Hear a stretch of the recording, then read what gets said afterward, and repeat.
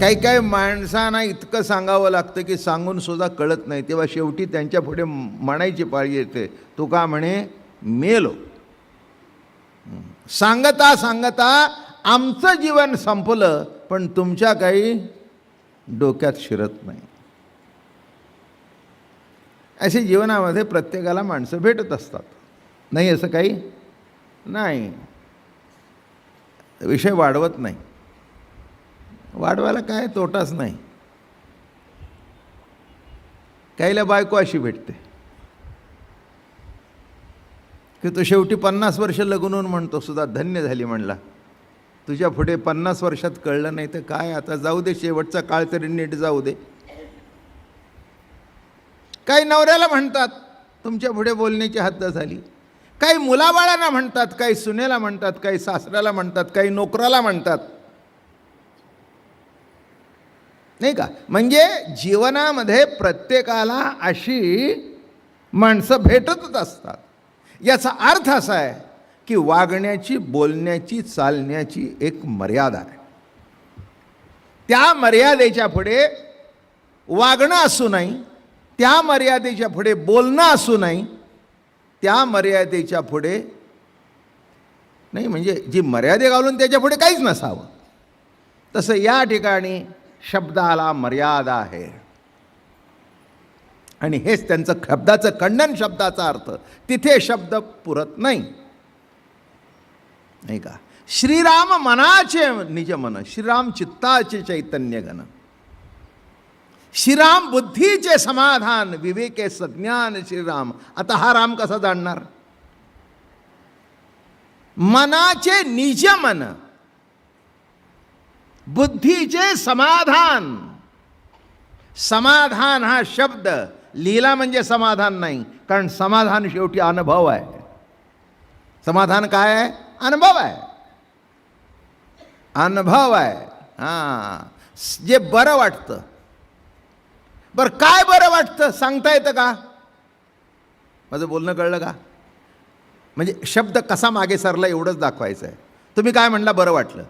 बरं, पुढचा प्रश्न माझा, बरं वाटलं म्हणजे काय झालं? बरं वाटलं म्हणजे काय? बरं वाटलं, कळलं का? बरं वाटणं हा शब्द नाही, बरं वाटणं हा अनुभव आहे. आणि तो अनुभव असल्या कारणाने जो प्रश्न विचारतो त्याला तो आल्याशिवाय त्याचा उत्तर त्याला मिळणार नाही. तसं जी स्वरूपाची अवस्था आहे, दृंग मात्र द्रष्टा हा जो शब्द वापरला, तो दृंग मात्र द्रष्टा काय आहे हे जर कुणी मला विचारलं, मी म्हणेन वो मला नाही सांगता येणार. ज्ञानेश्वर महाराजांनी शब्द उच्चारलेत हे बरोबर आहे, पण दृंगमात्र द्रष्टा ही जी अवस्था, स्वरूपाचं जे निर्देश केलाय, काय केलाय, आणि तिथे गेल्यानंतर वाचा बंद पडली. म्हणून ज्ञानेश्वर महाराज ज्ञानेश्वरीत म्हणतात, मऊ नगा तुझे राशी नाव. तुझ्या राशीला नाव काय आलं होतं? मौन. याचा अर्थ तुझ्या समोर आल्यानंतर सगळं गप्प होतं. तसं ज्ञानेश्वर महाराजांना शब्दखंडन शब्दाचा अर्थ अशा करता केला की मूळ स्वरूपाच्या ठिकाणी तत्वमसी शब्द जरी वेदाचं महावाक्य असलं तरी ते सुद्धा तिथे समजून देण्याकरता लंगडं पडतं. तत्वमसी, ते तत्व तू आहेस, संपलं. अहम ब्रह्मास्मी, संपलं. हे परवा सांगितलंय. मी आरशात आपल्याला पाहू शकतो, बरोबर आहे ना? दृष्टांत काय ऐकला आपण? परंतु शब्दरूपी दर्पणाच्या योगाने आंधळाही आपल्याला पाहू शकतो, जाणू शकतो, नाही का? डोळसाला दिसतं, आंधळ्याला कशातून दिसतं? शब्दाच्या माध्यमातून दिसतं. मग टेबलावर चहा ठेवलाय बरं का, तो वेंधळा नसतो, आपण तरी वेंधळे असतो. मग तो असं स्पर्शाच्या वेगाने हां हां हां तिथेच कब्बशी आहे, मग तो बरोबर कब्बशी घेतो, बरोबर उचलतो. कळलं? बिचाऱ्याने कब्बशी बघितली सुद्धा नसेल, पण हात लावून त्याला कळतं ही कब्बशी आहे. त्याला बरोबर कळतं की इथे दांडा आहे. तर असं करून बरोबर धरतो, मग ती गप्पशी ठेवतो, असं ठेवून बरोबर ठेवतो. अंदाज आहे. हे बघा, देव जेव्हा एखादी गोष्ट कमी देतो ना, तेव्हा दुसरं इंद्रिय ताकद जास्ती देतो. स्पर्शवित्यामध्ये जास्ती ताकद आहे, नाही का? जनावरांना बघा ना, वासावरून कळतं बरं का. हां, माणसाचा वास आला की त्याला कळतं कोणतरी आलं आहे, नाही का? आपल्याला जवळ शेजारी बसला तरी आयुष्यभर माणूस कळत नाही. म्हणून तर तुमची कोर्ट चाललीत. काय देशमुख साहेब, जवळची माणसं कळली असती तर कोर्ट चालली असती का? आणि कोर्टात जवळचीच जातात, नाही का? जे जवळ येतात तेच. म्हणून शब्दातीत परात पर नाही. हां, आणि उलट बाजू, शब्द हा बहुसार उपकाराची राशी. काय म्हणतायत? शब्द हा बहुसार उपकाराची राशी. हां, शब्द काय आहे? म्हणोनी, हां, काय तिथपर्यंत घेऊन गेला शब्द. उपकाराची राशी आहे, मान्य आहे, पण त्याच्या पुढे नाही, त्याच्या पुढे नाही. म्हणून लक्षात ठेवा. अशा शब्दाचं वर्णन करता करता म्हणाले, बाप उपयोगी वस्तू शब्द, हे काल आपण ऐकलं. मग त्याच्या पुढे आम्हाला कळते असं वाटलं की माणूस संपला. तसं तुम्हालाही वाटतं, आम्हाला दिसतंय म्हटलं की संपला. त्याला एक मजेशीर गोष्ट सांगितलं, मागं सांगतो तुम्हाला, पण मजेशीर आहे, छान आहे, ऐकण्यासारखी आहे, सर्वांनी ऐकण्यासारखी आहे पुन्हा पुन्हा.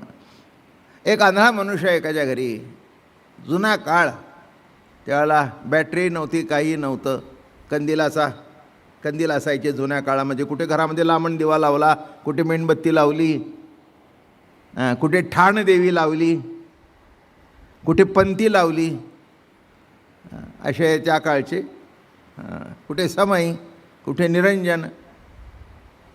आणि झालं बाबा, गप्पा विप्पा मारल्या, मारता मारता मारता रात्र झाली. रात्र झाल्यानंतर मग तो मित्र त्याला म्हणाला, डोळस मित्र, अरे म्हणाले, बाबा रात्र झालेली आहे, हातात कंदील घेऊन जा.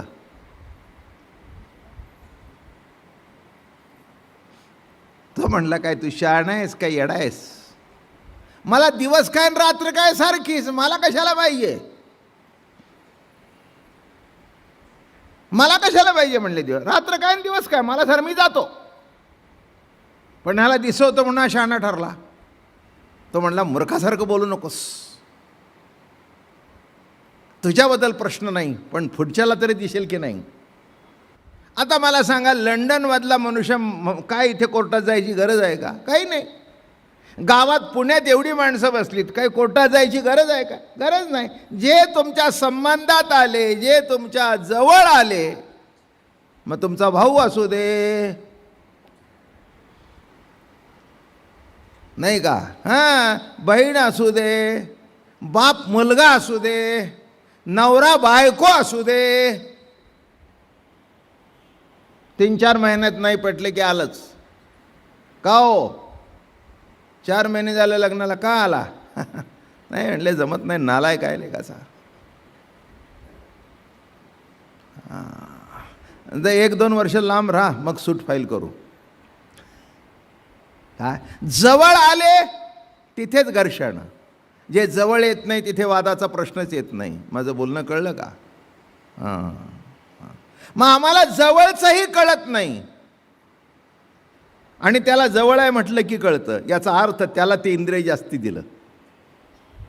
काय ती काठी असते ना, मोठी मजेशीर असते, असं लागलं की बरोबर त्याला कळतं. काय स्टेशनतून बाहेर पडताना कधीतरी, मी तुम्हाला मागे सांगितलं होतं, आमच्या देवळात 2 आंधळे येत होते. माझी त्यावेळेला चातुर्मासाची प्रवचन मुंबईला चालू होती आमच्या देवळात, आणि बोरोली येऊन यायचे रोज 4 महिने, अशी कित्येक वर्ष, बरं का. आणि बरोबर वेळेवर. मी त्याला विचारलं, तुम्ही वेळेवर कसे येता, ज्यांच्या हातावर घड्याळ आहेत? ते वेळेवर येत नाहीत. ते म्हणले आमच्या हातावर घड्याळ नाहीत म्हणून आम्ही सावध आहोत.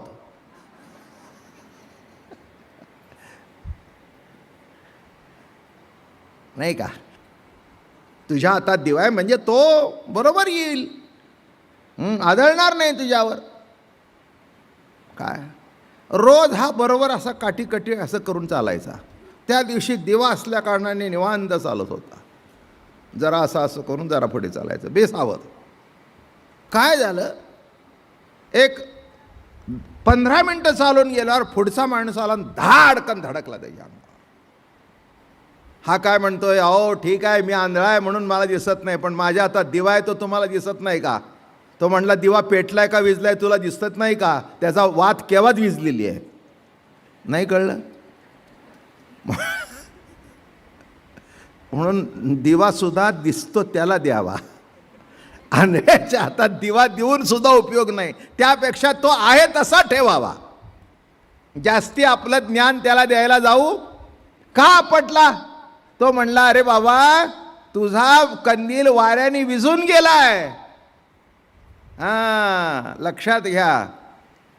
तसं त्याचं जे दिव्य चक्षु आहेत त्याला निराळा दिव्याची गरजच नाही देवाने त्याला ठेवलेली. मग ते सांगतोय मी, ते बरोबर उतरायचे चर्नी रोडला, ब्रिज ओलांडून यायचे, रस्ता क्रॉस करून यायचे, तिथे यायचे आणि बरोबर पायरी आली की त्यांना कळायचं, मग त्या पायरीवर बसायचे. आमची रोजची पाया पडणारी माणसं तरी चापचायचे. ते माझ्याजवळ आले की बरोबर पायावर हात ठेवायचे आणि दर्शन घ्यायचे. मला सुद्धा कौतुक वाटायचं. त्यांचं तर वाटायचं, त्यापेक्षा जगनियंत्याचं वाटायचं की प्रभुराया काय तू त्यांना विशेष ज्ञान दिलेस. एक लक्षात घ्या, त्यांच्याजवळ ही दृष्टी नव्हती पण ज्ञानदृष्टी होती. आणि ज्ञानदृष्टी असल्या कारणाने त्या दृष्टीने ते बघत होते.